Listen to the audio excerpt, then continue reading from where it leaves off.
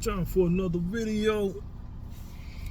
4th of July edition 2024. A little real talk about the 4th. My heritage is foundational Black American, that of which, and I'm here to say, man, I don't celebrate the 4th of July. And I'll tell you why. Really, man. I'm telling you, white folks, white Americans, maybe your ancestors go back to these lands to a point before y'all immigrated over here. It would have been better, probably, for us, for my ancestors, my black enslaved ancestors, if the British kicked y'all ass, man. If y'all lost, y'all would have been beholden to the crown. Everybody would have still been beholden to the crown. That would have offset white supremacy. That would have offset white masses' control over slavery, over slaves. He would have had to answer to another upper echelon. By y'all winning over here in America, y'all have free reign to do everything to my ancestors that y'all wanted to do. See, and that's where the Civil War and all that stuff broke off. Too much power getting out of control. So it's kind of like, man,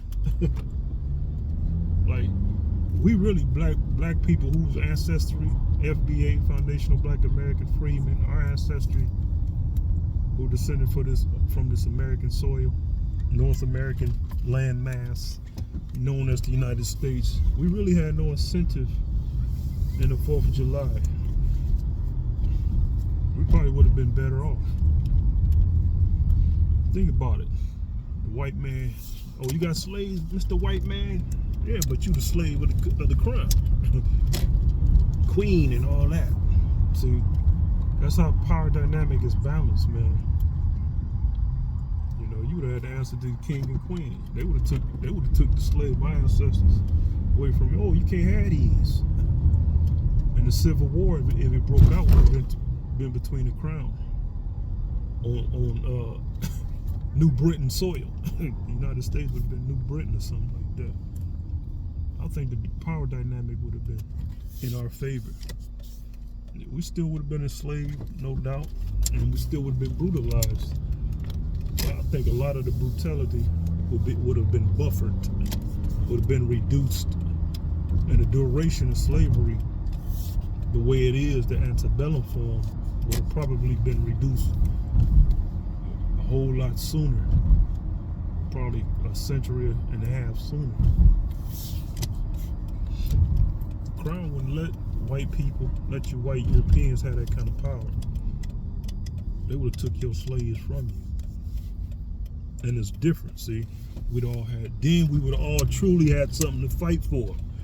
How you white folks like to try to join forces with us and say we're the same. No, see, because the crown would have oppressed y'all too. Y'all would have still been indentured servants. Some of y'all would have had slaves, but not many. It wouldn't have been so many slave masters, because the crown would have owned the slaves. But then we could have probably united together, see? The war fought then would have been a whole lot different. It would have been a true unified front. But then it would have been blacks and whites going against the crown. Indentured servants and slaves going against the crown. See how history would have been different. History would have been totally different. The world as we know it probably wouldn't even be this technologically advanced.